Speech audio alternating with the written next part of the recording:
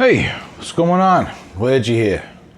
This is RJ's Cave, and you have great timing, as we're just about to get into another one.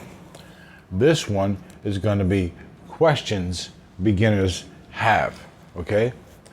Now, I would have really loved to have started this video out with your questions, but being that the channel's new, and I don't have a whole lot of people leaving comments yet, I had to start this way. But in the future, guys, please, absolutely comment in any video that I got. Put anything you want to know, any questions you have, anything you want help with. If I can do a video on it, if I can do it as a question, whatever. If I can figure it out, I'll help you out with it. Okay. So please put it in the comments. All right. Absolutely would be a great thing for you and for me, because we help each other with that. All right. So with that said, I got some questions. We'll see how many we get through. All right. Because I might ramble. So first question I got that a lot of beginners have when they're first starting out, right, is should I start an acoustic guitar or electric guitar?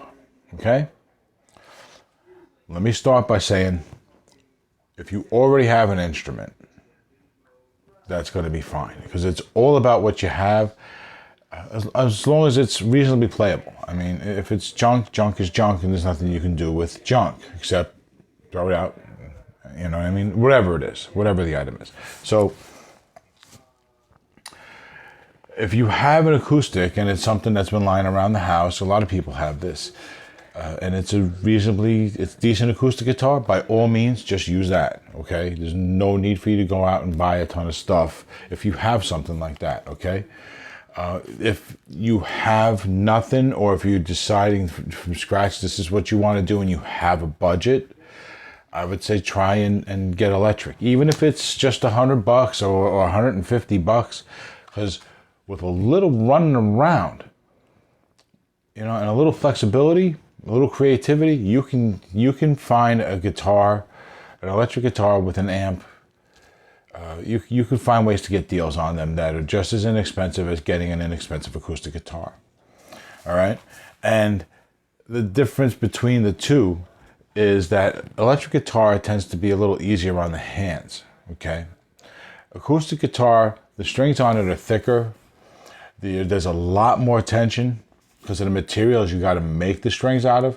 There's a lot more tension on the neck than on an electric guitar neck. That's making you have to work harder. Okay, so if you can do it, and always look for an electric. If you can swing an electric in your budget, absolutely look for it. What I'm trying to tell you is, with a little creativity, you can find an electric in just about any budget, just as you could an inexpensive acoustic, okay? All right, give you an example. This acoustic guitar here is, I know this is about $129, $140 new, okay? But around that same price, you can find, at least here where I'm at, in the States, you can go online and find companies that sell direct, that have electric guitar kits for $140 shipped to your door. $150, $120. Sometimes they're on sale, $100. So, are they super great stuff? No, but for your budget, you can find something. Okay, that's the point. So, try and find an electric at all, and if you can't, then get an acoustic. And if you already have an acoustic, just use that. Okay, it's just a little more physical work in the beginning, right? Because you're using muscles that you don't use in that way for the first time when you're starting out electric guitar, right? You don't use this hand for much. You hold things with it, right? Make a fist with it. Suddenly you're asking it to do this, you know, and that is right. So that requires a lot more. So electric will be easier, and only in extreme cases will you be able to get an acoustic cheaper. So take a look around. whatever your budget is, and you should be able to find something. I don't normally recommend those inexpensive kits that are 140 bucks, but if that's what you can afford, that's what you can afford, okay? And that's fine, because we can make do. And a guitar is just wood, metal, and magnets, and there's ways to make those things good, right? Without spending a lot of money, okay? Another story, another video, okay? So now, my next question, right? Sorry, I wrote these down, so occasionally I am going to have to look here. I apologize. So, does starting out on a cheap guitar make tasks harder? In the past, guitars were regularly shipped from the warehouse, from the factory, without a significant amount of attention to detail left undone, okay? With a whole bunch of it left undone. So, in those cases, yeah, these days that kind of thing is a bit extreme.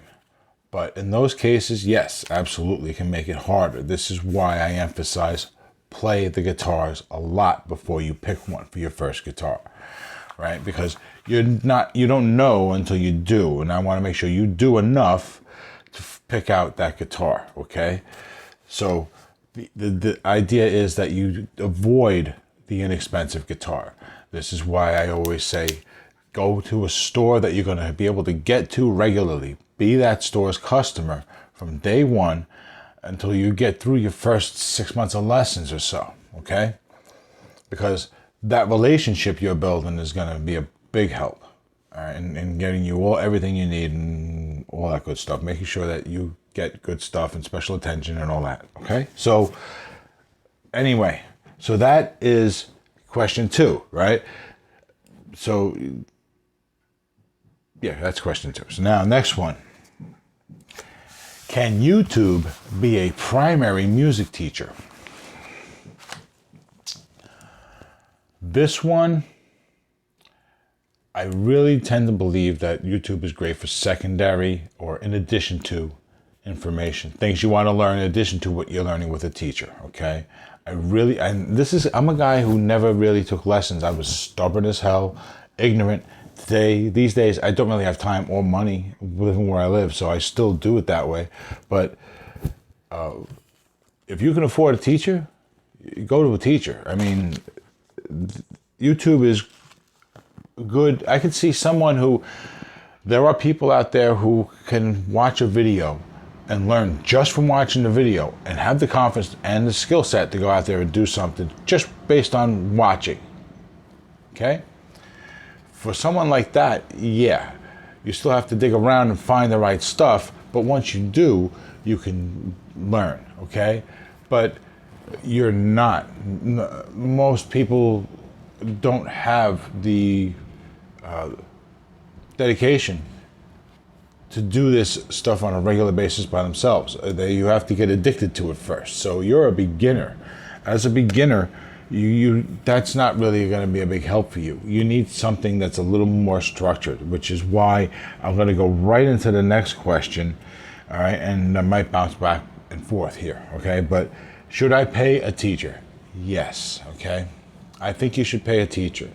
My ideal situation for a beginner is, as I've said this before, buy your first guitar and setup and all that from the store where you're going to take lessons. Buy that and set it all up there. Do that for like 6 months, okay? 6 months to a year of that, you've got a bunch of friends and potential bandmates and everything else, and you put yourself in a good position as far as being able to get work done and getting attention from them when you need it down the road and the rest of your life, all that. So, yeah, get yourself a teacher, okay? Now, the next one. What should I learn first? Okay. Here's the biggest thing. The biggest thing is the physical. Okay? This is just my point of view. Someone will tell you that, right? I am not saying don't learn music. Okay? But your teacher could only teach you as fast as you can do things physically. Okay? You're going in there without any knowledge and any skills of being able to go up and down the scales on the fretboard and maneuver around and all that stuff. So you need to work on that. And as you're working on that stuff, they're giving you a little bit of the music stuff. You know what I mean? Just enough to fuel the exercises. You know what I mean? And so it ends up being dribs and drabs. So you really need to work a lot on the physical, and then learn the musical stuff. Okay, that's the first part. When you're talking about music itself, the different things, I'm talking about, you need to do scales and alternate picking exercises. Okay, learn chords, the basic chords, and learn them as shapes. Okay, because these things repeat up and down the fretboard with minor variations. As you learn these scales they're teaching you, they're showing you the variations, and then down the road they're going to say, okay, remember when I did that with you? Now slide that up here, and you can do that, and there's like 19 other variations on that on the fretboard, and boom, oh my God, I just learned 30 different things. Okay, they're giving you the starting stuff. So as soon as you can get into the starting stuff, things start to expand. And in order to do that, you need to do the physical first. Okay, you got to get to a certain point. All right. So that's my thinking on that. Okay. When do you stop learning? That's up to you. If you're someone who falls in love with the guitar, you'll keep playing for the rest of your life, so you'll never stop learning, because music doesn't stop. It's not something to be afraid of either. Okay, so don't take that in the wrong way. This is a life journey.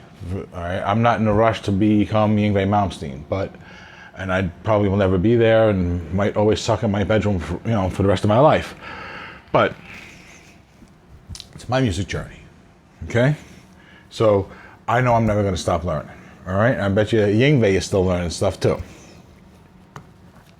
Okay, real quick, any low budget ways to buy gear? Okay. Yard sales. Okay, go to your neighbor's house when they're doing a yard sale. Get there early, and a lot of times they have acoustic guitars there, or they'll have electric guitars there that got neglected, sat in the closet. Okay, sometimes they think they're worth a lot more than they are. Okay, you need to know a little bit about what's what, so that you don't pay too much. Because I know around me, I live in New York City, so people think, oh, there's an electric guitar, I can get $100 for the electric guitar. No, you can't get $100 for the electric guitar. Not when it was $100 brand new. Okay? You can get 20, 30, $40 for that guitar. Okay? So, but if your budget is that tight, where you need to think of ways where I can get a guitar and an amp, and I got about $100, go to a yard sale. All right? Not, the online stuff, all that, not so much. Go to a yard sale. And then if you go around to several yard sales before you find a place, okay, cool, fine. Hang out. Make an offer. All right? Don't expect them to take it. Tell them, listen, I'll come back. Go get something to eat, come back, hang around for a little while. When the crowd's a little thin and nobody's touched that guitar there, then you go back and say, listen, I know that you want to get so much for this, but right now, that's what it's really worth. I can take care of it, make it playable, make sure it goes, it has a life. This is what I got. They want to move stuff. They're trying to get rid of junk. Okay? So yard sales, the other thing is pawn shops, okay? Pawn shops, somebody you can make a deal with that maybe you don't necessarily even need cash. Think about that, okay? So now, those are just a couple quick ones. This video is getting a little long, guys, so do me a favor. If you happen to like what's going on here, hit the like button, hit the notification bell, the subscribe button, all that stuff that I'm stumbling over right now. All right, that helps you, it helps me.